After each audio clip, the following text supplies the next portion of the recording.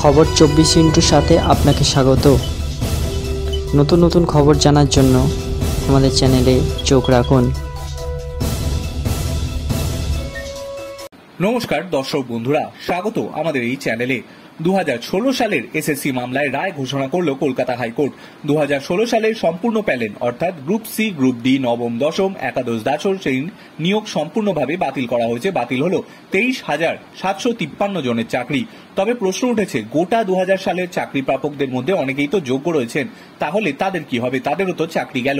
সেক্ষেত্রে হাইকোর্ট বলছে 23 লক্ষ পরীক্ষার্থীর ওএমআর শিট পুনর্মূল্যায়ন করা হবে। সেক্ষেত্রে যোগ্য চাকরি প্রাপকদের ওএমআর শিটও পুনর্মূল্যায়ন করা হবে, ফলে তাদের চাকরি পাওয়ার সম্ভাবনা প্রবল। এবং হাইকোর্টের নির্দেশ অনুযায়ী নতুন চাকরি পাওয়ার প্রক্রিয়া 15 দিনের মধ্যে শুরু হবে।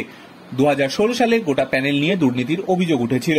ওএমআর শিট গন্ডগোল, র্যাঙ্ক জাম্প, সুপার নিউমেরিক পোস্টের অভিযোগ ছিল। সেক্ষেত্রেও টেন্ডারেও দুর্নীতির অভিযোগ উঠে গেছিল। হাইকোর্টের আইনজীবী জানান, ডিভিশন বেঞ্চ বারবার রাজ্য সরকার এবং এসএসসি কে জিজ্ঞাসা করেছিল কারা প্রকৃত চাকরি প্রাপক তার হিসেবটা দিতে। এই হিসাব আদালতে জমা দিতে পারেনি রাজ্য সরকার। রাজ্য ও এসএসসির তরফে বারবার এটাও জানানো হয়েছিল যে সংশ্লিষ্টভাবে কারা দুর্নীতি করে চাকরি পেয়েছেন। দেখা যায় যত রকমের রেকমেন্ডেশন এসএসসি দিয়েছিল তার থেকে বেশি লোক চাকরি করছে, অর্থাৎ সুপার নিউমেরিক পোস্টেও প্রচুর বেআইনিভাবে চাকরি পাওয়া গেছে।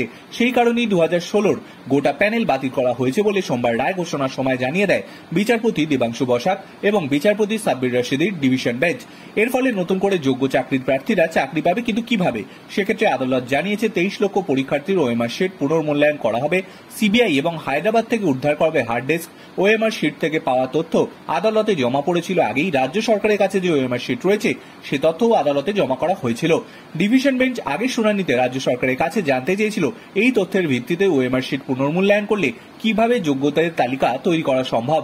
রাজ্য সরকারের তরফে সে সময় জানানো হয়েছিল অবশ্যই সেই তালিকা তৈরি করা সম্ভব, তবে সেটা সময় সাপেক্ষ। তবে উল্লেখ্য, সিবিআই এ উদ্ধার করা ওএমআর শিটের বৈধতা নিয়েও প্রশ্ন উঠেছিল একাধিকবার। আদালতে সোমবারের রায় এটা স্পষ্ট করে দিয়েছে। হ্যাঁ, সিবিআই এ উদ্ধার করা ওএমআর শিট বৈধ, সেটি 65B কমপ্লেক্স করেছে।